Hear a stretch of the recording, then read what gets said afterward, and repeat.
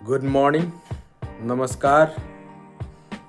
आज फिर एक सुबह एक सुंदर सी कविता के साथ आप सभी दर्शक एवं श्रोता गण के समक्ष प्रस्तुत हूँ एक नई कविता के साथ। कविता का नाम पालतू जानवर है। पालतू जानवर एक प्रकृति को संबोधित करती है। इस कविता में जानवरों को कहीं भी आहत नहीं किया गया है।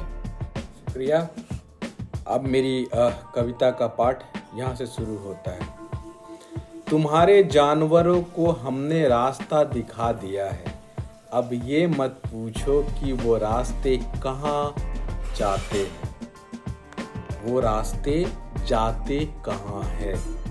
तुम समझदार हो, रोकना चाहते हो तो हर बार हमारे पास तुमको आना पड़ेगा।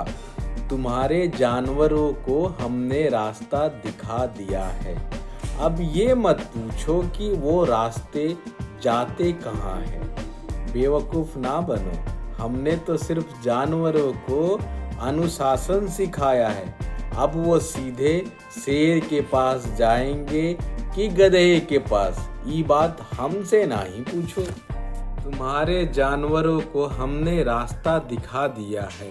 अब ये मत पूछो कि वो रास्ते जाते कहाँ हैं। जानवरों को ही अनुशासन सिखाया जाता है, भली भांति जानते हो।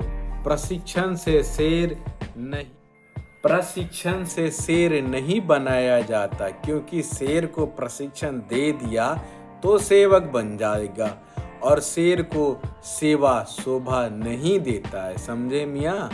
तुम्हारे जानवरों को हमने रास्ता दिखा दिया है। अब दूसरी रचना आपके सामने प्रस्तुत है, इश्क की वापसी।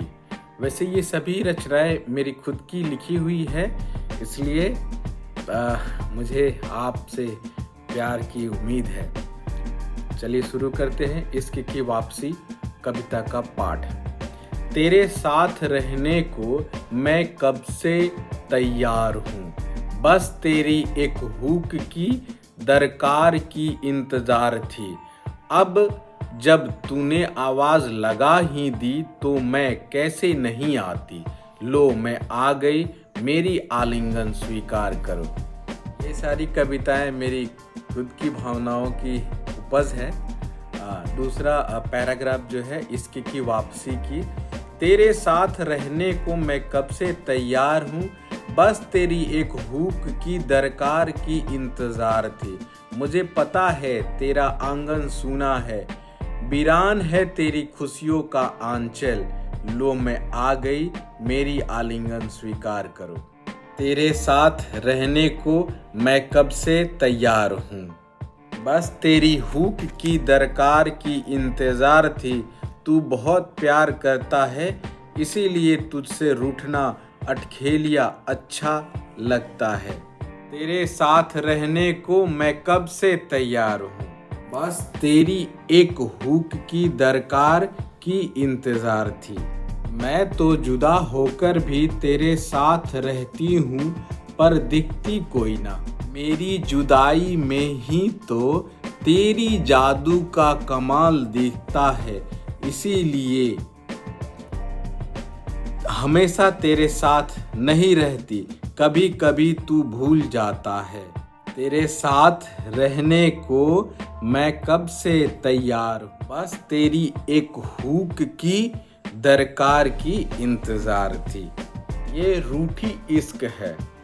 अगली छोटी सी कविता है, रूठी इश्क।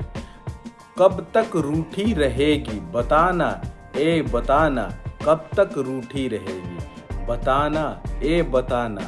सब खुश हैं और खुशियाँ मना रहे हैं, दुनिया की दस्तूर है तू, तेरे बिना सभी अधूरे हैं, कैसे बताऊँ तुझे। कब तक रूठी रहेगी बताना, ए बताना, तेरे पास रहकर मैं, मेरे पास रहकर तू, कितना अच्छा लगता है। माना कि तुझे बुरी नज़र लगी है, पर हनुमान चालीसा भी तो पढ़ता हूँ, और तो और कलमा भी सीख लिया हूँ। कब तक रूठी रहेगी बताना, ए बताना कब तक रूठी रहेगी, बताना ए बताना। मुझे कोई जादू मंत्र टोना टोटका तो नहीं आता है, बस प्यार करता हूँ और प्यार ही करूँगा।